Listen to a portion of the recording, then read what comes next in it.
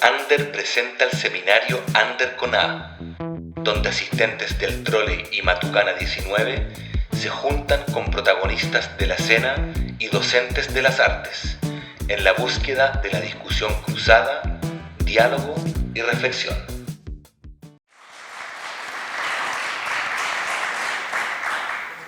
Buenas tardes, estamos muy contentos de que ustedes nos acompañen esta mañana y tener aquí esta estupenda mesa que complementa y da muchas perspectivas en relación a la exposición Ander que está en la Sala Mata, ¿no?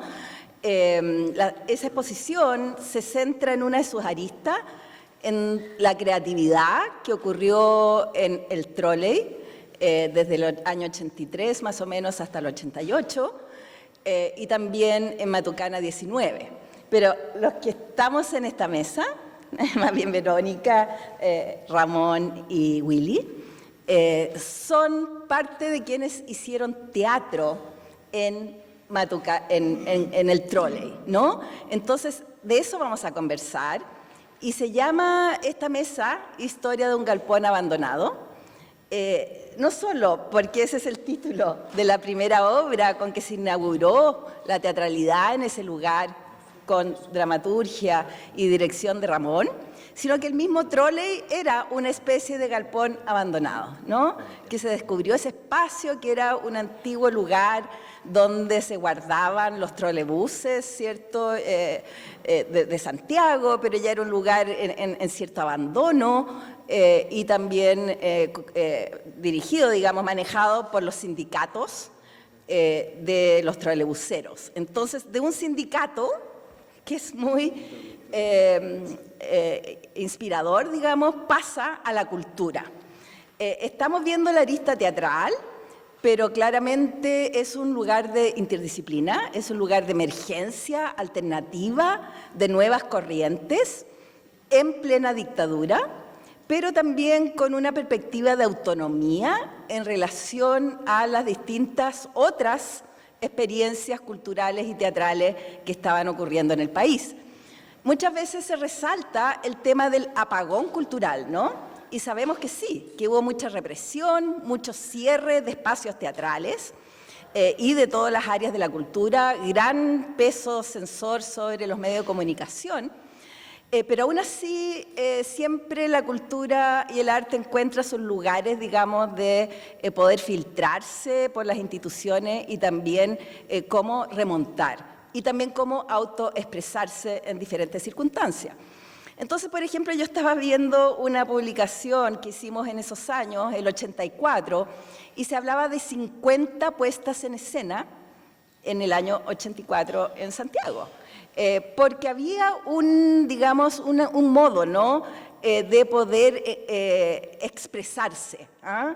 La mayoría de las veces con lenguajes alternativos, apelando a diferentes públicos. Por lo tanto, había un movimiento bastante vivo, ¿ah?, dentro de las circunstancias. Y obviamente que el Trolley era un lugar específico y particular, porque no compartía necesariamente las estrategias, ¿cierto?, ni el tipo de espacio que estaban ocupando las otras teatralidades y también las otras expresiones del arte, ¿no?, que podemos hablar del videoarte, de las músicas emergentes, de las artes plásticas, visuales, fotografía, las instalaciones, las performances, ¿no? Entonces, Ramón, ya que tú fuiste el pionero, el que puso un pie en ese espacio cuando todavía era un galpón abandonado, probablemente estaba sucio, lleno de elementos, ¿cómo ustedes pudieron visualizar que ese espacio iba a ser apto para hacer teatro y hacer otras artes, y a la vez que podía convocar, siendo que también estaba en un barrio bien complicado, ¿no? Era un barrio que estaba muy cerca de cárceles, de lugares, digamos, de la seguridad del Estado, también un barrio con una vida nocturna, como que podíamos llamar un poco zona roja, pero seguramente ustedes lo integraron, ¿no? Eran capaces de descubrir quiénes andaban por ahí y decir, los hacemos parte. ¿Cómo armaron colectivo? ¿Cómo armaron esa trenza que permitía gestionar un espacio, por una parte haciendo trabajos de arte y por otra parte armando redes de colaboración en la gestión? Bueno, María Luz, oye, gracias por la presentación. Yo creo que las redes eran evidentes, eran los que estábamos directamente resistiendo contra una dictadura y no abdicando frente a la censura, porque si bien había una cultura en ese momento paralela, digamos obviamente la cultura, bajo todos los regímenes siempre existe el arte y la cultura, es decir, bajo el fascismo existe el arte fascismo, el arte fascista. Entonces bajo la dictadura sí, el teatro municipal funcionaba, los teatros universitarios funcionaban, el teatro nacional, pero funcionaban bajo la censura. Es decir, yo llevé mi obra a la Católica, hablé con Pedro Raza, la llevé a la Chile con Fernando de Besa, y en ninguna de esas partes se autorizaba que mis obras fueran presentadas. Entonces, frente al bloqueo de todos estos espacios institucionales, donde también hay otras obras que están, pero que están produciéndose bajo una autocensura. Digamos, las obras no estaban hablando en ninguna de esas 50 obras sobre detenidos desaparecidos, sobre la tortura, sobre la disidencia sexual. Entonces, obviamente no había ningún espacio. Cuando uno dice que es under o marginal, lo under tiene que ver, es un concepto norteamericano, ¿no? Que tiene que ver que bajo democracia, los que no están de acuerdo o tienen otra visión cultural establecen espacios under, off. En este caso, nosotros estamos obligados a no ser under, sino a estar en la marginalidad de una dictadura. Es decir, porque si fuera por mi opción, yo hubiera estrenado en el Teatro Municipal de Santiago, feliz de la historia de un galpón abandonado, o la Católica, por supuesto, a uno lo arrinconan, ¿no es cierto?, hacia un lugar, y en ese arrinconamiento hay que buscar un espacio de representación, ¿no es cierto? Por lo tanto, uno no es marginal por opción, sino porque una dictadura lo está uno marginalizando, como a todos, ¿no es cierto?, los que se presentaron en estos espacios no podían presentarse en los otros espacios culturales porque les estaba obviamente negado. Entonces, desde ese lugar ya había un grupo grande de gente atomizada que cuando nosotros creamos este espacio, digamos, cuando Pablo Lavín descubre este espacio, y yo tengo justamente andaba buscando un espacio. Después que todas las puertas se habían cerrado, dije, bueno, voy a buscar un galpón abandonado para hacer esta obra Historia de un galpón abandonado. Y el trolley justo era ese galpón abandonado para iniciar y se transformó, ¿no es cierto?, ese lugar en la sede del Teatro Fin de Siglo.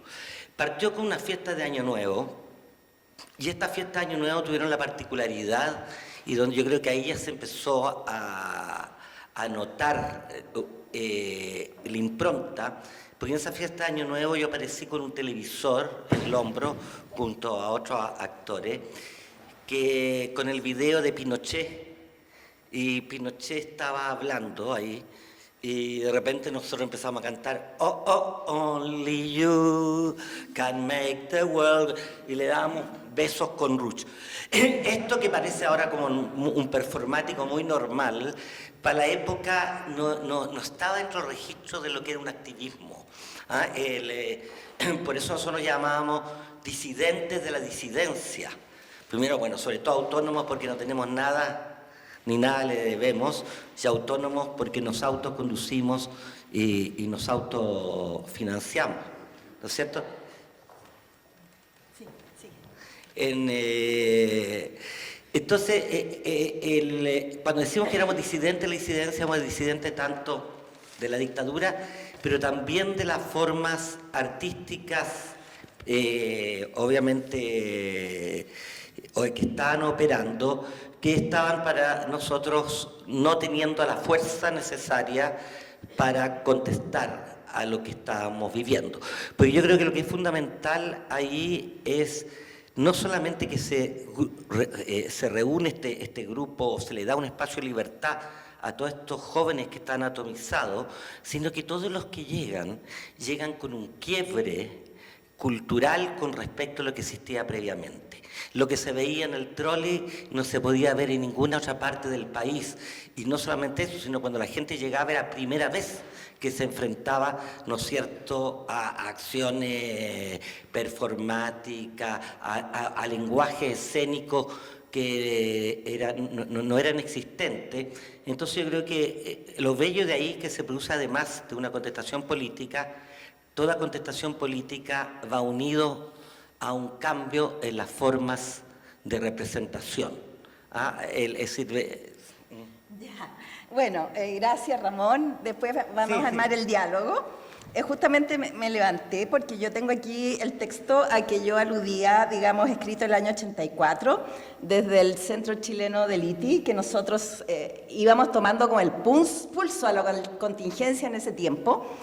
Porque Chile es verdad que estaba muy aislado, no solo entre nosotros allá adentro, digamos, del país, por la atomización, que era una política clara de la dictadura, digamos, de prohibir toda orgánica, ¿no? Bueno, política social, lo que fuera. Ahora, Entonces, esa atomización, pero también con el mundo. Incluso a Chile, digamos, nos habían eliminado del Centro Chileno del ITI porque se suponía que todos los que habían quedado entre Chile eran oficialistas y estaban con Pinochet. Y no era así, por lo tanto, nosotros nos organizamos como, digamos, el movimiento teatral para mantener ese nexo y explicarle al mundo que aquí ocurrían cosas y que no debían aislarnos, sino que al revés, digamos, estar apoyando. Entonces nosotros en ese boletín que mandábamos, que llamábamos Desde Chile, el año 84 dice que esas 50 obras, por ejemplo, tenían por temática, o sea, muchas de ellas, poder político y social y las consecuencias de su ejercicio absoluto, la decadencia moral, la fiesta desenfrenada, la compleja conformación psicosocial de los opresores, la prisión, el exilio, la tortura, el exterminio. Formas escénicas cuales serían experimentales, fantásticas y ambiguas. Las atmósferas y la significación provienen del uso del espacio escénico y del trabajo actoral. La perspectiva psicoanalítica se encuentra con la expresionista, la realista o la épica e intimista, ¿cierto? Hay una búsqueda de comprensión profunda de las situaciones, de los mecanismos personales e históricos, realizados mediante juegos simbólicos, ¿cierto? Y también se resalta, por ejemplo, que 3 obras o más grupos trabajan con Kafka, como también lo hiciste tú, ¿no? Entonces, bueno, tenemos también a Willy y a la Verónica, porque ambos estuvieron fuertemente también implicados y participando en creaciones dentro del trole, ¿no? En el caso de Willy, el mismo año que tú, ¿cierto?, entras con el galpón abandonado a principio de año, él al final, en diciembre, estrena un Ubu Rey, en el cual invita a participar a la Verónica. Entonces, Verónica está junto con Willy en una compañía que se llamaba Nosotros que nos amamos tanto. Willy nos va a explicar por qué se amaban tanto. Porque nos odiábamos. La Vero me dijo, ¿sería ironía o es cierto? Ah, qué fantástico. Ya, se amaban tanto que hacen Ubu Rey. Y luego la Vero, ¿cierto?, que, claro, probablemente ustedes la conocen, pero igual la presento, ¿no? Ella es actriz de la Universidad Católica y trabajó mucho tiempo, primero, ¿cierto?, también con Willy, en el Teatro Fin de Siglo, en el Teatro de la Memoria, y hoy día dirige el Teatro La Balanza y se ha dedicado al tema de la pedagogía teatral, ¿cierto? Esa es su área de trabajo. Y el Willy, bueno, seguramente también ustedes lo conocen, pero en estos tiempos estaba justamente recién entrenando su capacidad de director, ¿no? También en el 82 ya estás trabajando con Andrés Pérez en lo que hizo Alicia, claro, pero tenía un nombre un poquito recocado. Alicia. Claro, las historias de Alicia en su jardín, ¿cierto? Eso ya el 82, y luego el 84 ya corres con Colores Propios. Entonces me gustaría leerles lo que descubrieron y que está abajo en la exposición, lo que dice Enrique Lin. Dice: bajo el peso de la noche, en medio de la oscuridad cultural y de la violencia reinante que perfora el territorio de cuevas secretas, no tenemos más remedios que recibir al padre Ubú en gloria y majestad. Entonces, Willy, ¿por qué padre Ubú había que recibirlo en ese momento en Chile, el 84? No me acuerdo, Pero tú, ¿por qué lo pero me los imaginaste? voy a engrupir. No, la verdad es que yo venía saliendo de la cárcel. Ayer hablamos con la María de la Luz tratando de refrescar la memoria porque hace casi 40 años y no recuerdo cómo fue que conocí a Ramón y a Pablo Lavín, que estaban abriendo este espacio, que en el momento en que lo estaban abriendo ya se hablaba de eso. O sea, eran tan pocas las alternativas. Los que llevaban la punta eran el Ictus, en un teatro que nunca claudicó en contra de la dictadura, pero que siempre se argumentaba sobre una metáfora, ¿verdad? Como Tres noches de un sábado, que era un sábado por la noche como lo pasaba la clase alta, la clase media y la clase baja. Y en eso ya tenía un espectro fantástico de la claridad que estaba sucediendo en este país, por lo menos la noche de los sábados. Había una forma de filtrar la cosa. Hay un elemento que es muy importante también, que era que estalla en esa época el movimiento New Wave, como moda, y que por alguna razón encontró un refugio en el trole también. Yo creo que porque Pablo venía llegando de Londres, entonces él trajo como esa cosa, y de Bélgica, pero... No, tenía que ver, ¿tú sabes con qué tenía que ver? Tenía que la ropa usada, con la que se vendía en bandera, era lo más económico y en ese momento la juventud no tenía tanto dinero como hoy día. Y esa ropa que se vendía en la ropa usada era ropa New Wave. Sí, yo me vestía, yo nunca fui New Wave, pero me disfrazaba lo que había en el mercado, sí, ¿no? Es verdad.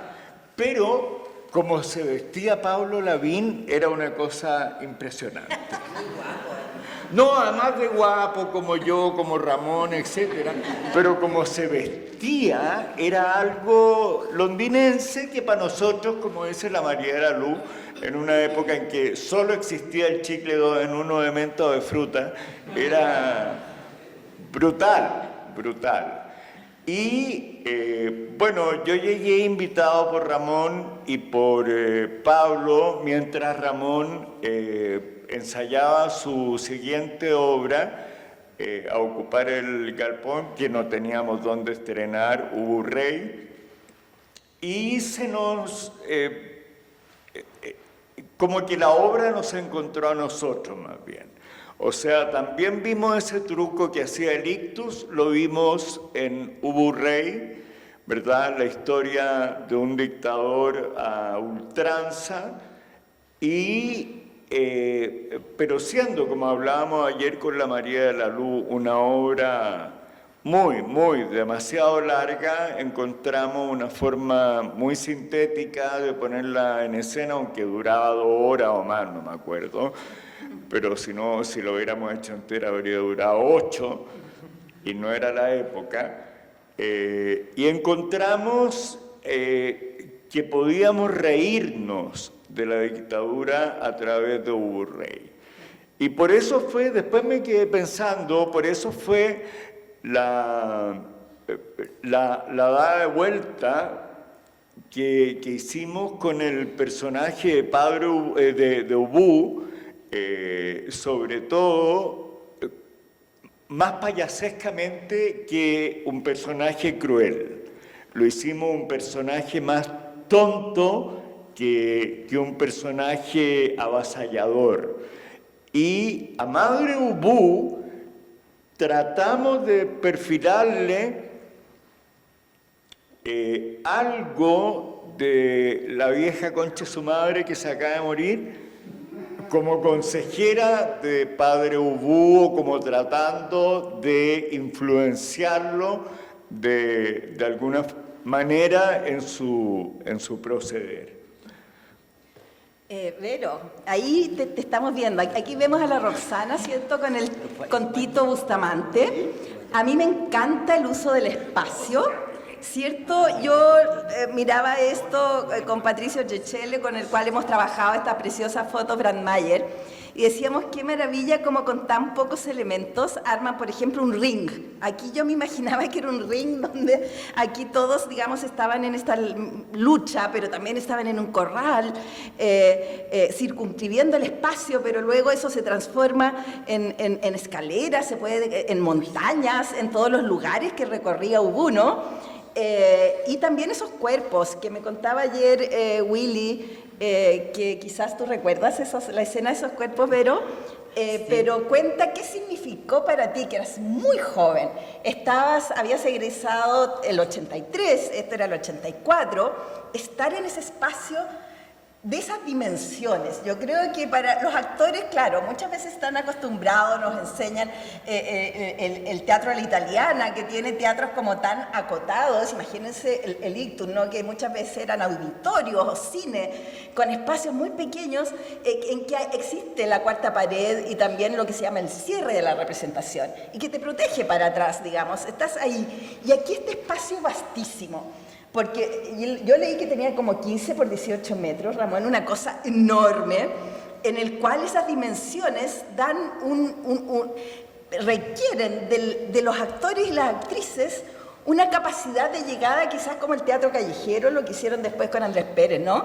De cómo acceder a un público de manera de tocarlo, dentro de ese tremendo espacio, y también armar una intimidad dentro del colectivo, y jugar. Yo siento que aquí hay mucho juego junto con el tema político, que está claro, digamos, en estas imágenes, ¿no? O el mismo, si conocemos la historia de Ubú, de ese rey.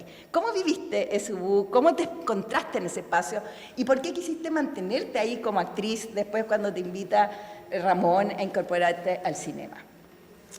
Bueno, primero que nada, muchas gracias por estar acá. Encuentro que es muy interesante hacer un camino hacia el pasado, son tan jóvenes. Es interesante ver cómo este país ha construido en la actualidad, y también reforzar que si bien ahora uno puede mirar desde las perspectivas contemporáneas lo que pasó, hay que recordar que era todo producto de mucho dolor. O sea, si bien ahora lo podemos ver como una vanguardia y como algo artístico, lo que hubo detrás para que se generaran estos espacios, ya sea porque no se abrían otros o porque las temáticas se encontraban con uno, porque era muy importante, esa era la realidad, una realidad donde estos espacios realmente hacían contingencia y resistencia también de otras formas de vivir, no solo políticas, sino que también de querer vivir con otras lógicas. Yo tuve una suerte increíble, imagínense, 23 años, me encuentro con estos dos directores con esta tremenda trayectoria, y tal cual venía saliendo de la escuela y me invita Willy a trabajar en una obra de vanguardia, me dijo él.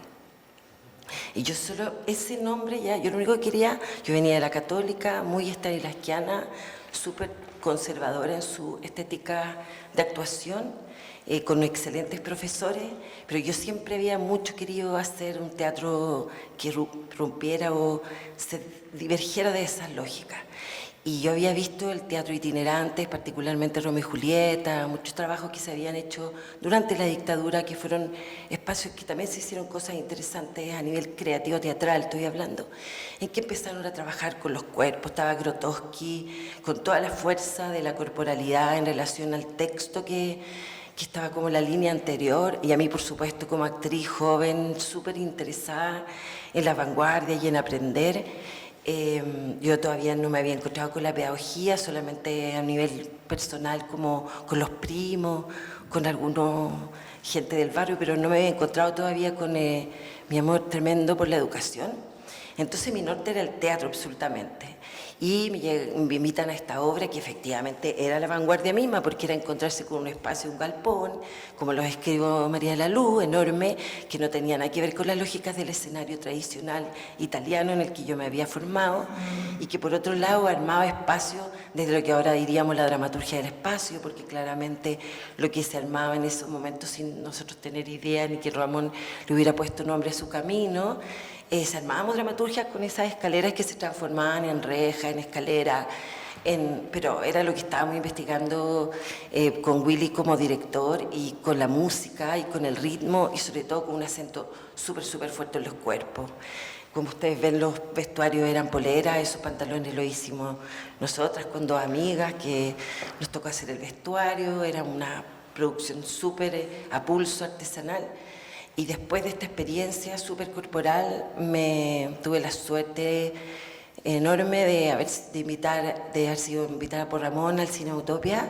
Pero quiero contar algo. Ramón, cuando en un momento en la historia del galpón, Andrea Lin tuvo que salirse del elenco por alguna razón, y él me invitó a participar, a reemplazarla. Pero en ese tiempo era imposible pensar en una inmoralidad, perdonen la palabra, era antiético trabajar en 2 compañías al mismo tiempo. Entonces yo me acuerdo que le dije a Ramón, por favor, la próxima, y yo con un dolor increíble, porque yo estaba súper feliz trabajando en el UBU, tenía un director súper entretenido, todo un elenco muy diverso, era gente de otras escuelas, nada que ver con las escuelas que yo había estado, muy interesante. De hecho, después nadie creía que yo era de la Católica durante muchos años.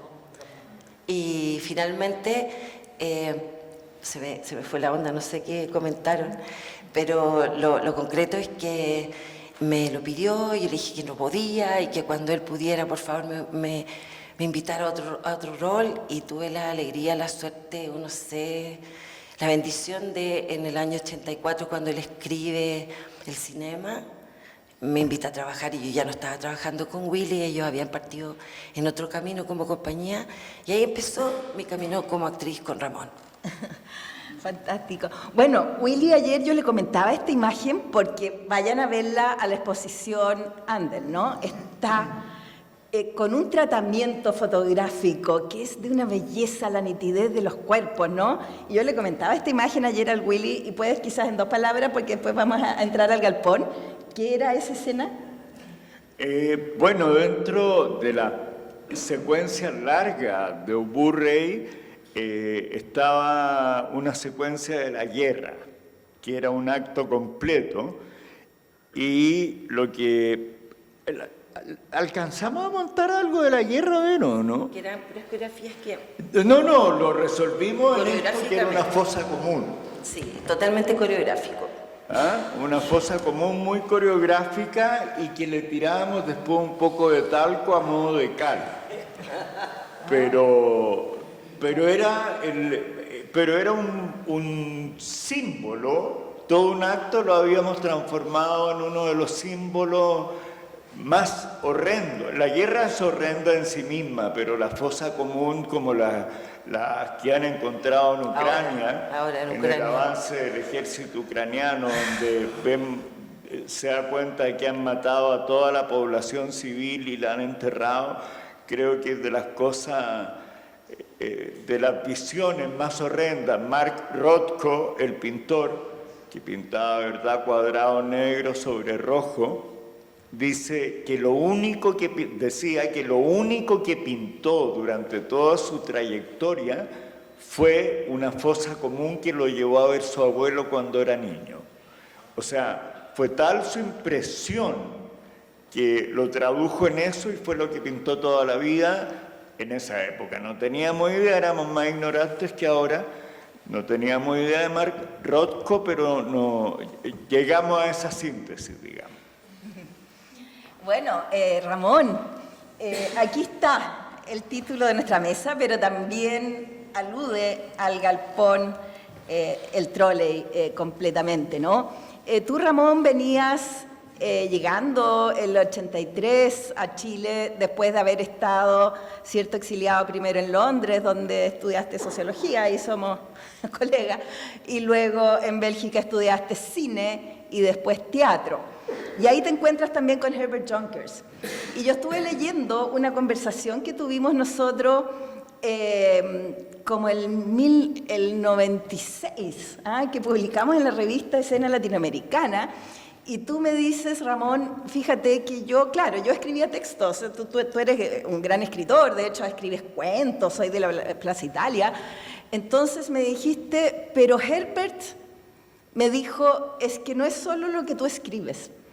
Ocurre que esto puede transformarse en otra cosa cuando hay una narrativa de la escena. Entonces, para mí, digamos, esa primera etapa tuya tiene que ver muy fuertemente con este descubrimiento de explorar el espacio escénico, lo que también que después tú lo nominas, como dijo la Verónica, la dramaturgia del espacio, pero eso requería justamente espacios muy amplios para desarrollar lo que tú también haces en tu dramaturgia, que son como las utopías y las distopías, ¿no? Que estás pensando como en los grandes sueños, pero cuando se quiebran en la distopía, y siempre hay personajes que sí, que siguen en la pureza, otros que están derrotados, pero también hay una heterotopía. Son muchos espacios simultáneos que están en distintos tiempos. Y me encanta cuando de repente, digamos, está, no sé, en un tiempo... Bueno, el cinema, ¿no? Podríamos aplicarlo ahí. Y los espacios están en esas temporalidades y lugares que van chocando los personajes y armando una otra cosa, ¿cierto? Que es de una complejidad que muchas veces llega o es metafórico o propiamente alegoría. Entonces, claro, tú en Bélgica lograste ocupar espacios que estaban también abandonados y tú mismo los restauraste y tuviste esa primera experiencia y llegando acá, digamos, el trolley era lo que tú necesitabas para desarrollar este proyecto. Entonces vamos a ver, bueno, no solo estaban adentro del trolley, porque eso hablábamos con Ramón de que llevaban estas obras al espacio público, es un invadir la ciudad también.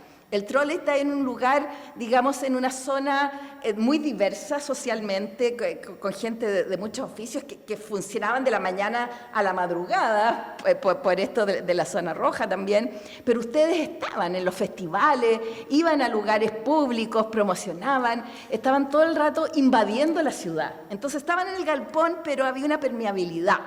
Y claro, es un diseño de Herbert para el galpón abandonado, y que vemos obviamente la poética que él ahí trabaja, ahí están también los vestuarios y el diseño escénico, aun cuando él no lo pudo realizar, porque en ese momento había vuelto, ¿no? Y aquí está. Si quieres tú aquí desarrollas, para también, quizás muchos de ustedes por generación no pudieron ver esta obra, pero creo que aquí vemos, ¿no? La profundidad del espacio, las capas, el claroscuro, la poética, allá no sé qué es eso. Es un logo mismo de la sala, que estaba ahí un cóndor.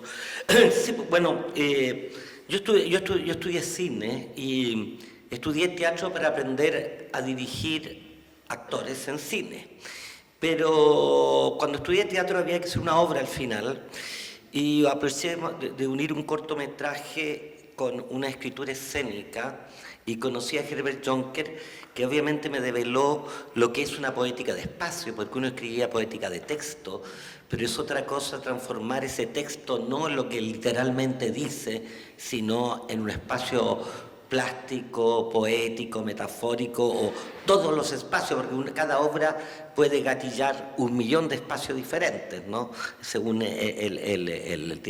Entonces me di cuenta que con las obras que estaba presentando en Bélgica que eran obras que obviamente una se llamaba Ópera para un naufragio, y el naufragio era el naufragio de nuestra utopía, ¿no? Era el naufragio de haber sentido que se nos quebró nuestro primer sueño, unidad popular, y se destruyó nuestra última utopía. Y es bien paradójico porque en esta destrucción de la última utopía ya venía en camino la caída del muro. Entonces, cuando Encina Utopia dice antes teníamos ilusiones que hoy nos parecen ridículas, es porque también se sentía de que esa utopía antes que fracasara, uno la veía que ya no podía, no seguía teniendo sustento, o pasión y sobre todo sentido de vida. Pero Historia de un galpón abandonado es parte de una trilogía que es metáfora de un país. Porque cuando yo llego con Herbert, que él era un joven artista visual que había hecho una escenografía y está haciendo como los grandes, muy destacados en Bélgica, y yo le digo si quiere venir a Chile a acompañarme a hacer teatro, y le digo yo lo único que te puedo ofrecer es una dictadura, no hay nada más. Y Historia de un galpón abandonado, una metáfora, porque ahí en la foto del ropero, que también tiene el espacio, cuando se abre ese ropero, en ese ropero habita la Junta, como quien dice, una metáfora de la Junta Militar, claro, y al abrirse hay otro espacio que es el escenario que está atrás, ¿no? Entonces genera varios escenarios. Y bueno, eran estos habitantes que llegan a este galpón abandonado y son maltratados, son torturados. Justamente ayer estaba hablando con una investigadora de Alemania que estaba haciendo un trabajo sobre el galpón abandonado, y me decía que a ella el personaje que más le gustaba era el de la profesora, porque la profesora, todo el mundo iba a este galpón arrancando con sus últimas pertenencias, ¿no? Metafóricamente, y ella llevaba los libros para impedir que los quemaran. Entonces ella llevaba una lámpara, pero no encontraba enchufe, para que la luz del saber se pudiera mantener, pero no había enchufe en el galpón. Y obviamente llevaba un cuadro de Pedro Aguirre Cerda, gobernar es educar. Entonces como que cada persona lleva fragmentos de lo que podía escapar, y había una señora, un personaje que estaba ahí con la cuna, que iba todo el tiempo dando vueltas por el galpón buscando a su marido detenido desaparecido. Y está eternamente, y bueno, se producía una secuencia de situaciones de horror, de terror, pero finalmente este grupo de personas se toma el ropero, logra derrocar a estos dictadores, y la obra termina en que estos mismos miembros de la Junta Militar llegan de nuevo, es un poquito una premonición de lo que iba a ser la transición chilena, porque estando en el 84, esta gente se toma el galpón, y cuando al final se toma el galpón aparecen los mismos de la Junta Militar, pero esta vez vestido de terno, democrático, y le dicen ya, si va a bajar todo en orden, y ella dice, que una tenía su tambor, y ¿quién va a arreglar mi tambor? Más tarde, en cierta manera, en la medida de lo posible, y estábamos en el 84. Gracias, Ramón. Claro, porque es importante decir que el 83 empieza mucho más abiertamente en Chile las protestas. Y los de esa época, digamos, estuvimos golpeando tambores, saliendo a las manifestaciones, nos llegaron las bombas lacrimógenas, o sea, había un movimiento social cada vez más activo. Fue el 82. 82, claro. Incluso dentro de las universidades, la Vero misma sabe, ¿no?, cómo eran tales las protestas que entraban los carabineros adentro de la universidad, se hacían momentos simbólicos. Me acuerdo en mi oficina, en mi ventana, de repente aparecía una animita, que en la noche los estudiantes habían armado animitas. Entonces, por todas partes habían señales, ¿no?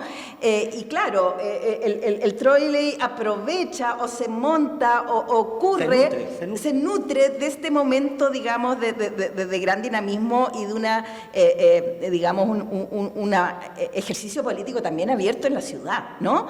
Entonces, bueno, a mí me interesó mucho cuando Ramón me mostró, estuvimos un día viendo su archivo personal, ¿no? Como, por ejemplo, eran los stencils, iban haciendo stencils a través de las calles. Esto que yo digo de irrumpir, digamos, inundar la ciudad con señales, porque en verdad que el que sabía tampoco, digamos, se daba más información, había una poética de misterio, ¿no?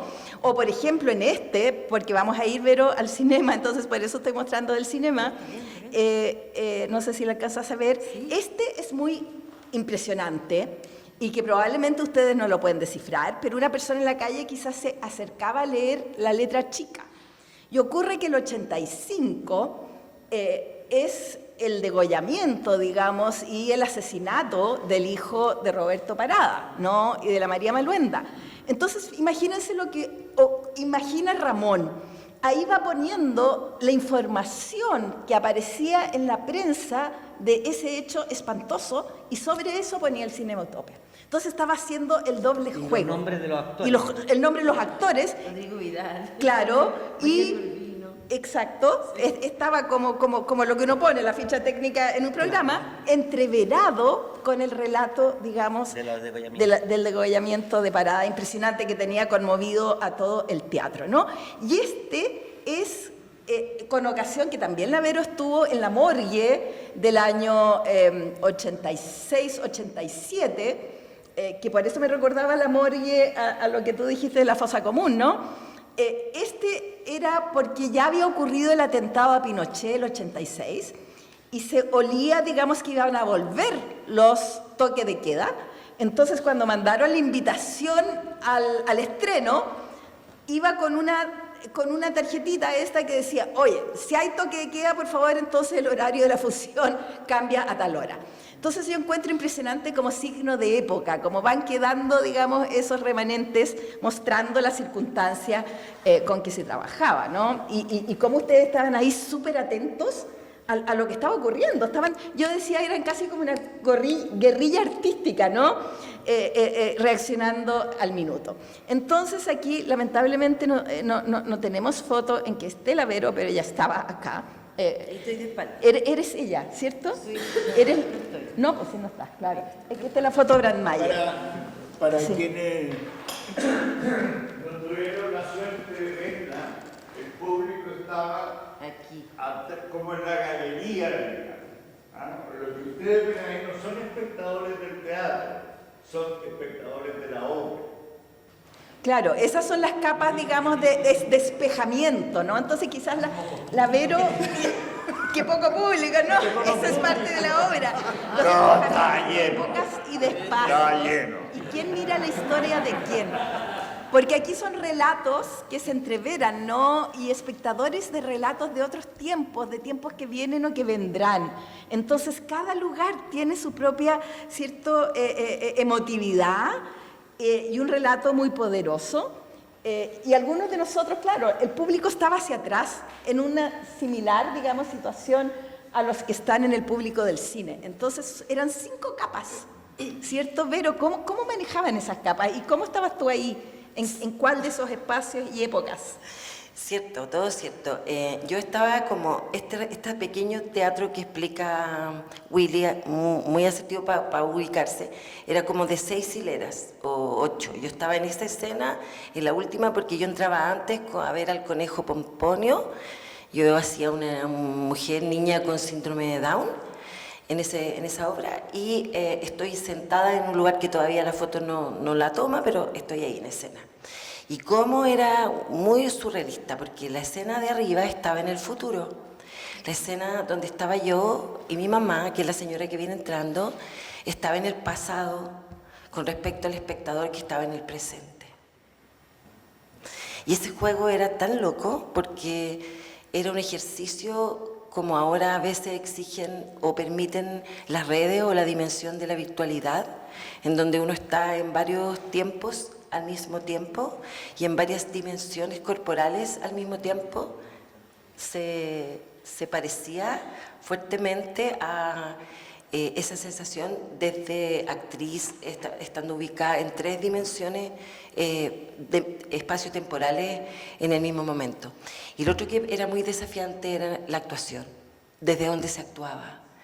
¿Cuál era la estética que predominaba? Yo diría que de alguna manera el Búho era súper expresionista, era un montaje desde algún lugar, muchos elementos de la mirada expresionista de las vanguardias de los 30, 40, y aquí también había desde otro punto de vista un juego muy loco entre distintos tipos de realismo, un realismo súper conservador, que era el que yo estaba como personaje, y un realismo como contemporáneo, vanguardístico o neocontemporáneo, no sé, mis palabras no son de experta, me disculpan los expertos, en el escenario del futuro, porque ellos eran super new wave, como hablaban acá, era como era un vestuario que era súper del futuro o de la Europa, que en ese momento era algo muy lejano para nosotros porque no había internet. Acuérdense de eso, es súper difícil imaginarse el mundo sin internet, pero es como imaginarse el mundo sin teléfono, ¿ya? Entonces no había visión global. Uno podía montar una obra, copiarla de Europa, traerla a Chile y decirle que la había inventado uno, y nadie lo comprobaba, porque no había redes sociales mostrándote los besos que se está dando Cristian de la Fuente en México, ¿de acuerdo? Entonces era súper, súper particular lo que pasaba. Quisiera agregar una cosa como espectador de Cinema Utopia. 40 años después, te lo puedo decir, Ramón, a mí ese montaje me dio vuelta a la cabeza. O sea, después me di cuenta de toda la influencia que traía Ramón del teatro europeo, etc. Pero a mí, de verdad, no podía creer lo que estaba viendo. Y con el tiempo me di cuenta de que Ramón se había adelantado a Woody Allen con La Rosa Púrpura del Cairo, porque había un personaje que salía de escena, y se había adelantado a Tarantino con esto de hacer una historia anacrónicamente. Pero la fuerza que tenía esta obra, tanto en el texto como en la actuación, como en el planteamiento. Me acuerdo que un personaje se inyectaba en escena y en el fondo estaba Pergam de música, el pam, pam, pam, pam, pam, pam, pam, pam, pam, pam, pam, pam, pam. Y a mí se me paraban los pelos. Yo casi me metí al escenario, ¿cachai? De pura gana. Y yo me daba cuenta también de que el público estaba en la misma. Y eso era no solo porque era una obra muy buena, un montaje muy bueno, actuaciones muy buenas, sino que de verdad era primera vez que se hacía. Y por otra parte, tiempo después yo le dije a Ramón, ¿cómo se nota que estudiaste cine? Porque todas tus obras ocurren en un escenario dentro de un escenario. Exacto. Y esta era el ejemplo más claro de todo eso.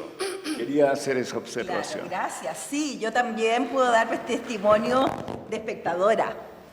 Yo me acuerdo haberme quedado, yo veía mucho teatro porque ya investigaba, sobre todo desde Séneca, estaba cerca de todos los movimientos alternativos, pero me quedé clavada. O sea, yo me acuerdo 20 minutos sin poder pararme. Era tal la emoción y el llanto y el impacto totalmente revuelta en las emociones, en los pensamientos. Y yo quisiera decir que es muy complejo porque hoy día nosotros hacemos memoria y se habla mucho de la memoria.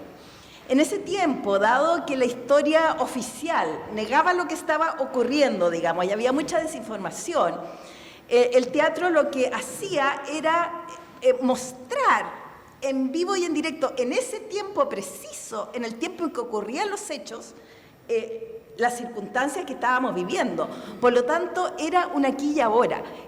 Si ahí, por ejemplo, esa persona de allá atrás, no sé si se ve la flecha, es una detenida desaparecida que vuelve en el sueño, digamos, de uno de estos que era su pareja,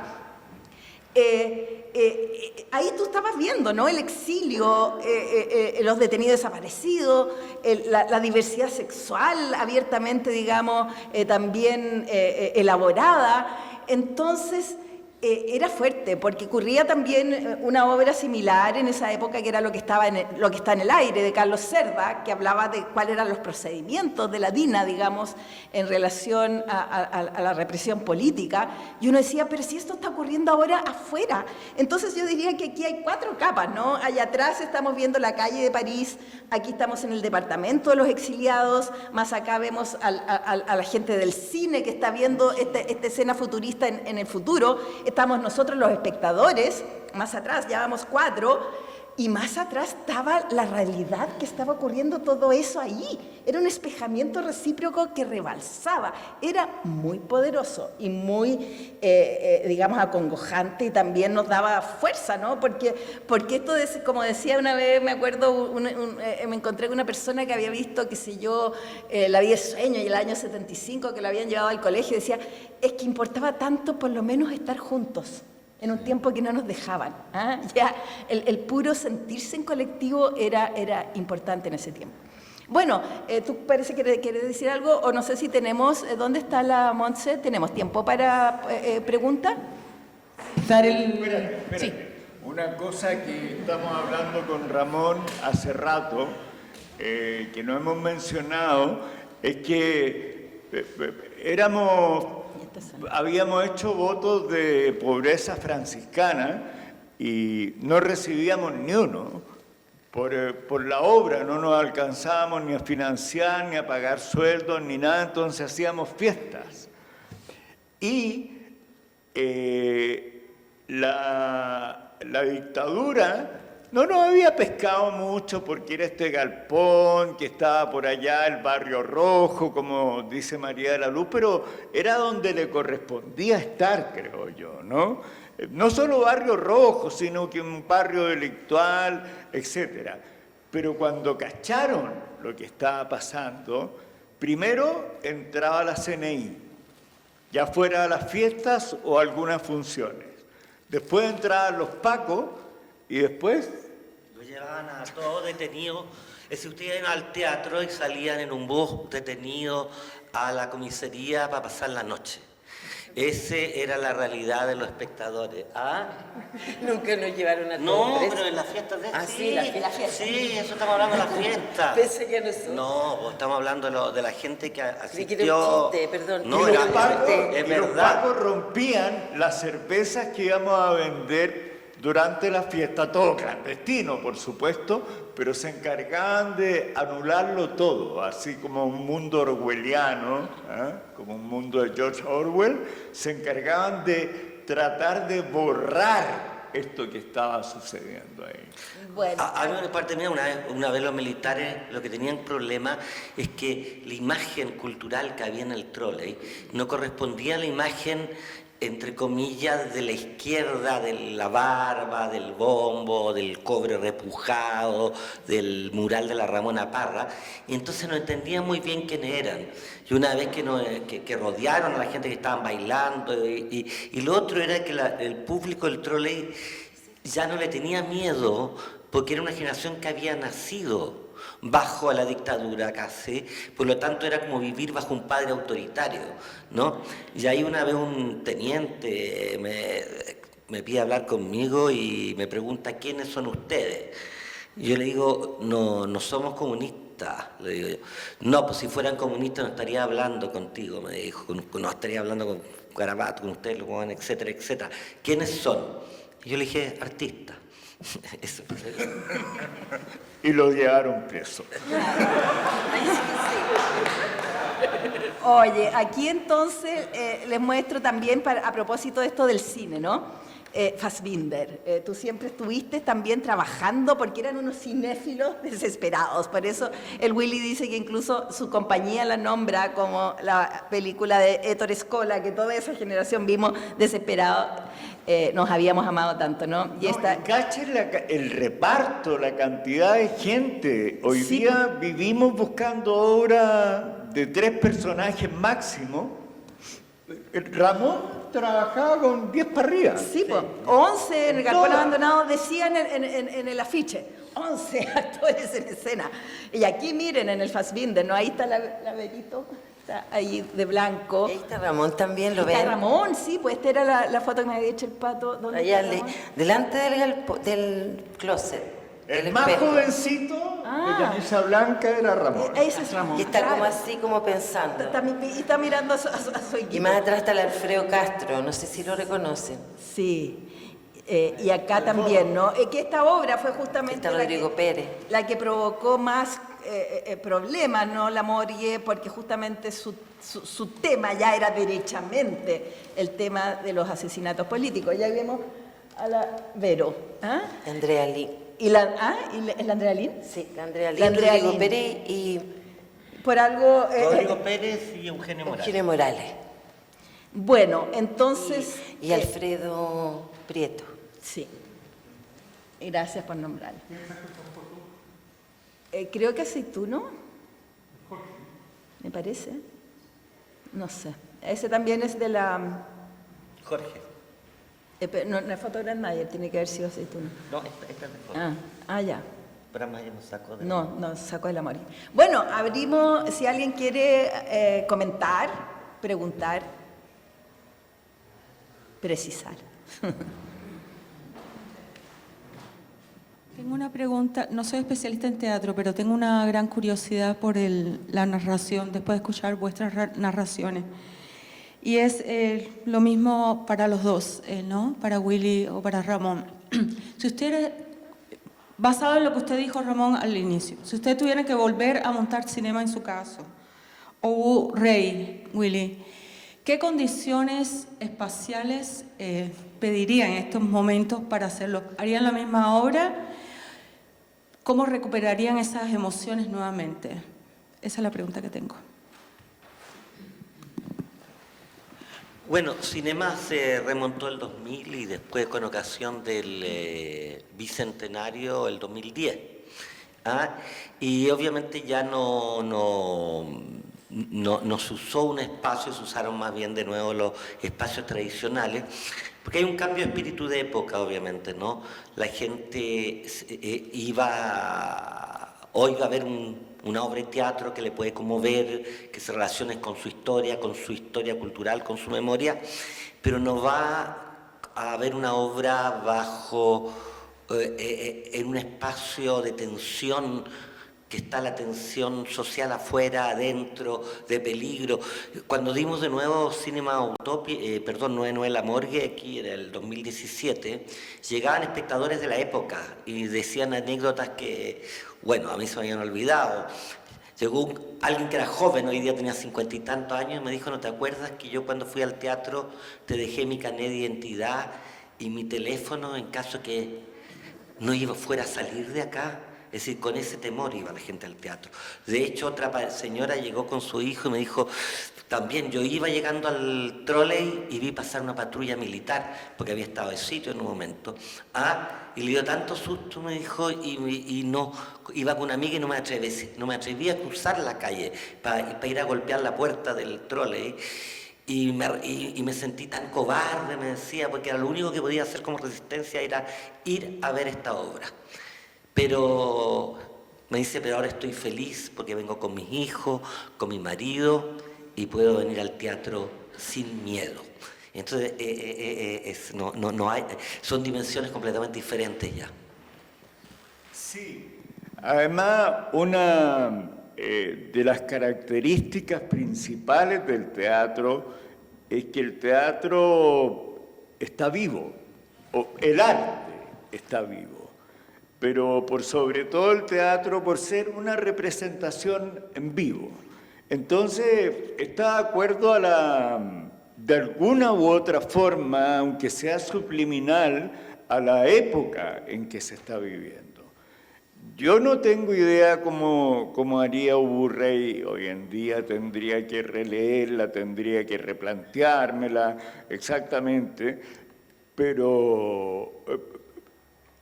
hay un problema en esta progresión que vemos, que es exponencial del sistema capitalista y el libre mercado, en que hoy en día la vanguardia no tiene una duración más de un año y ya pasa a ser parte del sistema y nos empezamos a tatuar al Che Guevara y tenemos poleras con el Che Guevara, ¿me entiendes? La vanguardia desaparece rápidamente. Si uno hiciera el mismo montaje que hizo en aquella época, sería una pieza de museo, digamos. Y me acuerdo de una conversación que tuvimos algunos teatristas en la que estaba Ramón, hacia el final de la dictadura, que decíamos, ¿y ahora qué teatro hacemos? O sea, todo lo que hacíamos, directa o indirectamente, estaba apuntado hacia la dictadura como disidencia. Y cuando se acabó la dictadura dijimos, ¿qué hacemos? ¿Clásicos? ¿Qué sé yo? ¿Verdad? Y nos demoramos mucho tiempo en adaptarnos a volver a ser un teatro libre, por así decirlo. Entonces, hoy en día tendría que replantearme a hoy en día el Ubu Rey y no tengo idea cómo lo haría. ¿Otra pregunta?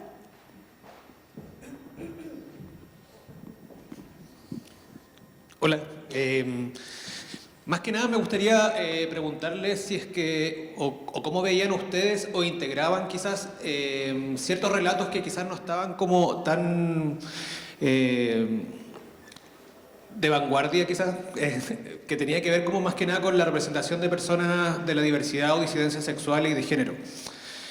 Pregunto esto porque, claro, sabemos que existía la yegua del apocalipsis, Pedro y Lamabel, el Pancho Casa, por otro lado estaba, no sé, se me ocurren otras personas, la Kena Lorenzini. ¿De qué forma el teatro también como facilitó este tipo de visibilidad hacia estas expresiones o personas o realidades? Y si es que lo pregunto más que nada por el contexto del Trolley, que era un barrio rojo. Sabemos que las personas trans, muchas de ellas durante la dictadura tuvieron que ejercer trabajo sexual, hasta el día de hoy también, y como un poco más, como entender si es que existía también esa visión de querer integrar ese tipo de realidades. Le voy a pedir a la Vero primero que nos querrías contestar y luego... Yo te puedo decir que fue muy emocionante para mí porque me encontré con la temática como parte de cualquier persona, como la vemos hoy. Yo nunca me relacioné, o vi en las obras de Ramón, una mirada de género que no fuera inclusiva, digna, donde las personas estaban representadas por su ideología, por lo que eran, independientes de sus opciones sexuales. Nunca el tema era propiamente algo que tuviera que ver con las opciones personales. Y creo que fue súper vanguardista en eso. Igual también creo que Woody Allen le copió, y también creo que... ¿A quién más citaste? Tarantino. A Tarantino también creo que le copió, que le copiaron a Ramón. Entonces creo que en eso él también tuvo una visión de género muy contemporánea. Y muy adelantada, de alguna manera, a la época. Oye, sí, mira, bueno, yo venía de Inglaterra, ya era miembro cuando joven de la sociedad de machismo contra el sexismo, de varias sociedades feministas que habían en mi universidad en los años ya 70. Entonces, la obra... los trans, habían performance de trans en el Trolley, y de hecho en el Galpón Abandonado trabajaba un trans, que de hecho lo conocí en una discoteca y le pedí si quería ir a la Grace Jones, si quería ir a trabajar al Trolley. Comiéndose el gomero. ¿Por qué el gomero? ¿La Grace Jones, dijiste? No, pero era su nombre fantasía de este actor. Y bueno, y en Cinema Utopia, como en varias otras obras, pero en Cinema Utopia el personaje gay es solamente...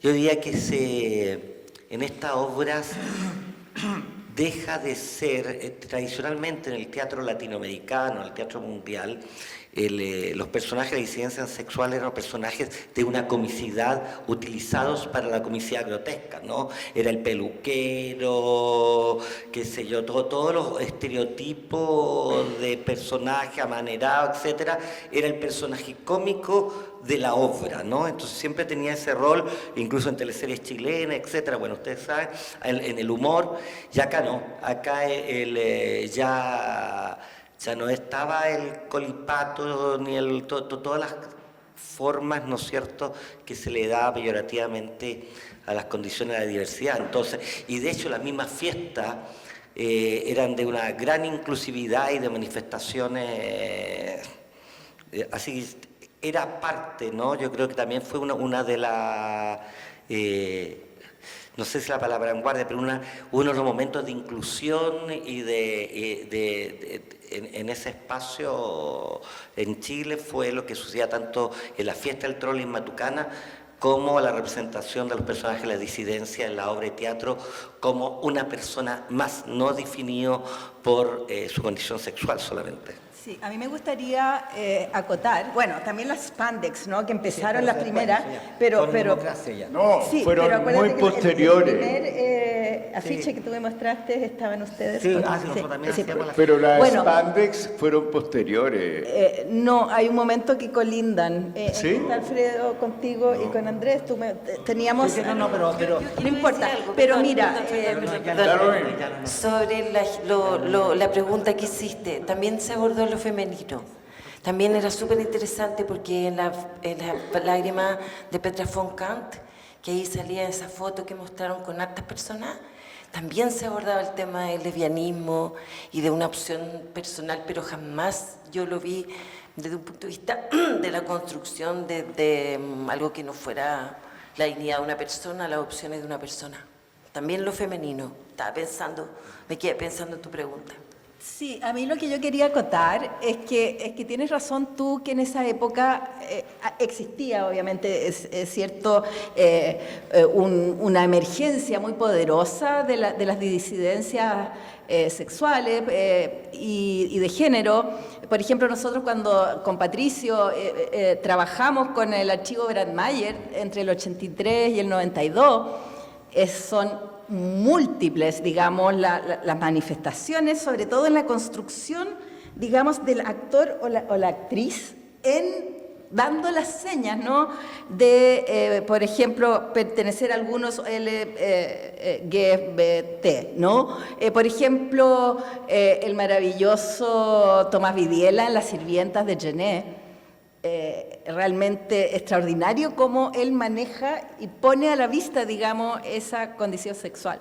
Pero ocurre que como no estaba aún socializado y no había una cultura que lo integrara, ocurre que ustedes también tuvieron problemas con las mismas, digamos, gente de izquierda que no consideraba que este tema pudiera incluirse junto con el tema, digamos, político. Entonces, yo recuerdo que tuvieron, como hoy día lo llamarían, funas por ese tratamiento. Decían, no, ¿cómo van a poner un exiliado que tiene esta otra condición? Y no les calzaba y se manifestaban muy en contra. Entonces lo que tú dices de repente que no estaban dentro de una oficialidad ni siquiera de la oficialidad izquierda, porque esta no tenía esta pluralidad que ustedes sí tenían. Sí, claro, en la época, en el Cinema Utopia, el protagonista se inyecta heroína, su pareja es una niña que tenía desaparecida y hace el amor con su amigo.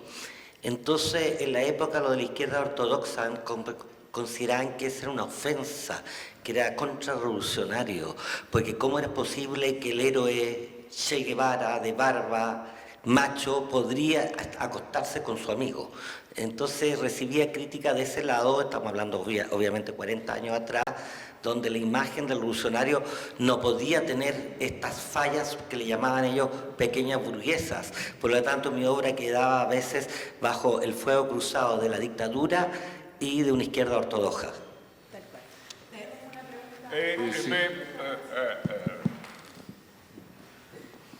¿Aló, se escucha? Hola, buenas. Quisiera hacer dos comentarios, una apreciación.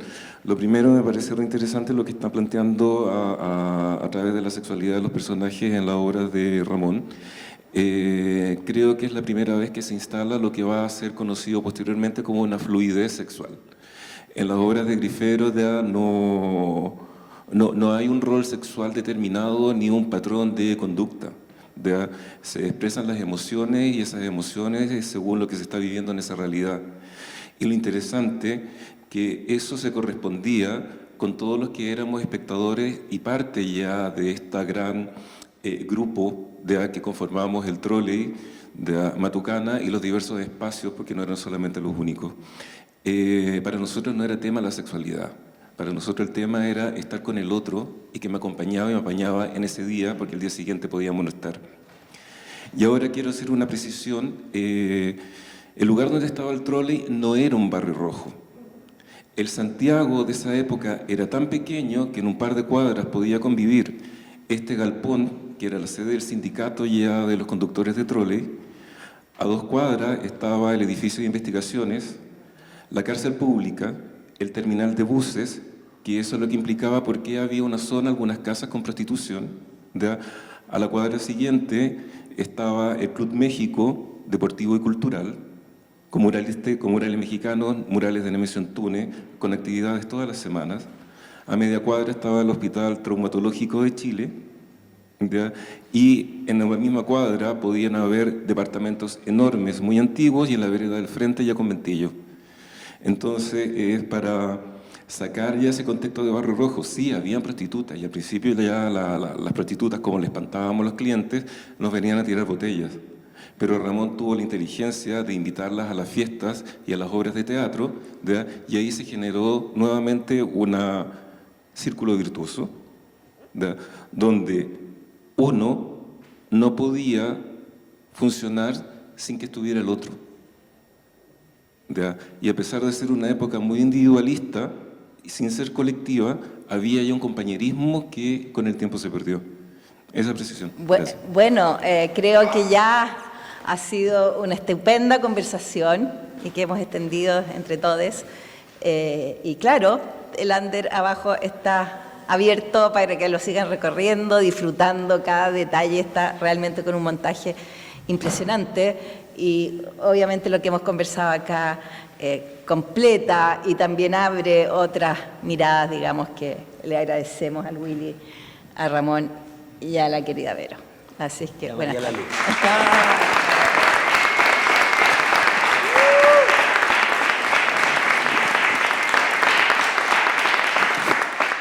El podcast Under con A está grabado en la instalación Torre de Control, ejercicio de mediación dispuesto en la explanada de Matucana 100. Proyecto Fondo Nacional de Desarrollo Cultural y las Artes, línea de organización de festivales, ferias y exposiciones, convocatoria 2021. Colabora Cámara Chilena de la Construcción.